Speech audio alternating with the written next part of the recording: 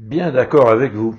C'est difficile pour un slasher qui fait tout en même temps de savoir ce qu'il a intérêt à accepter ou non comme mission nouvelle. Un slasher est quelqu'un qui occupe simultanément un CDI à temps partiel dans une entreprise, fournit en indépendant des prestations diverses dans des secteurs divers, donne des cours à droite à gauche, travaille davantage quand il pleut et fait du sport quand il fait beau. Quand il a besoin d'argent, il s'active et il lève le pied dès qu'il a des réserves. Il s'arrange pour que sa vie professionnelle ne contrarie pas trop sa vie privée. Les vrais slashers ne sont aujourd'hui que 5 à 10% des actifs, mais seront prochainement un bon tiers, et même 50% si on rajoute les zappeurs et les indépendants multicartes. Leur credo, la notion d'emploi est remplacée par celle d'activité intéressante et rémunérée. Et bien sûr, l'idée de faire carrière dans un emploi identifiant leur est complètement étrangère.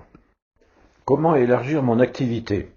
Je peux attendre des opportunités et voir si elles sont dans le cadre, mais je peux aussi établir mon cahier des charges et prospecter en conséquence. Si je sais ce que je cherche, j'ai plus de chances de le trouver. Pour cela, j'utilise mon DPS, mon décidoir pour slashers. En fait, c'est simple. Je cherche à fournir des prestations choisies à des clients choisis, dans un lieu et un cadre choisi, en travaillant en temps choisi, seul ou avec des partenaires choisis.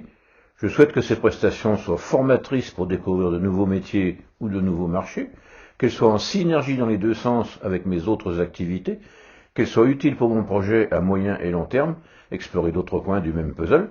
Bien sûr, il ne faut pas que cette nouvelle activité pourrisse mes vies privées, familiales, sociétales et personnelles, et si cette nouvelle activité améliore mon tarif horaire moyen, c'est bien sûr une raison de plus pour m'y intéresser. Ma prospection se présente bien comme sur cette diapo. Pour converger vers ma cible d'activité idéale, il y a 10 chemins principaux. Il convient d'abord de hiérarchiser ces 10 critères. La nature de ma prestation, plus c'est proche de mes hobbies, mieux ça vaut. C'est quoi pour moi un client avec qui et pour qui j'aurai plaisir à travailler? Je veux bien faire n'importe quoi mais pas n'importe où. C'est quoi pour moi un chouette décor?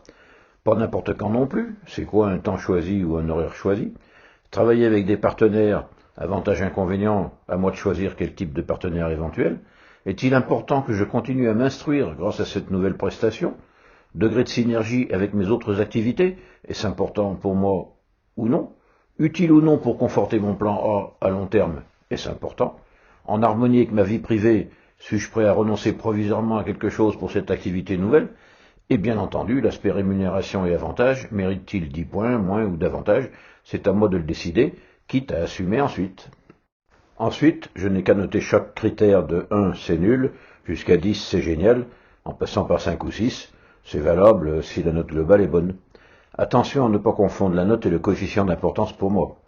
La première est un constat objectif et le second est un souhait subjectif, si j'ose exprimer ce pléonasme. Il ne reste plus qu'à reporter les notes de 1 à 10 sur chaque ligne, à les multiplier par les points affectés à chaque ligne et à faire un total qui, si je suis fort en maths, devrait aboutir à une note sur 100. Aucun job n'est idéal sur tous les critères. Pour visualiser là où c'est le top et là où je vais devoir faire avec, je peux reporter les points sur cette cible.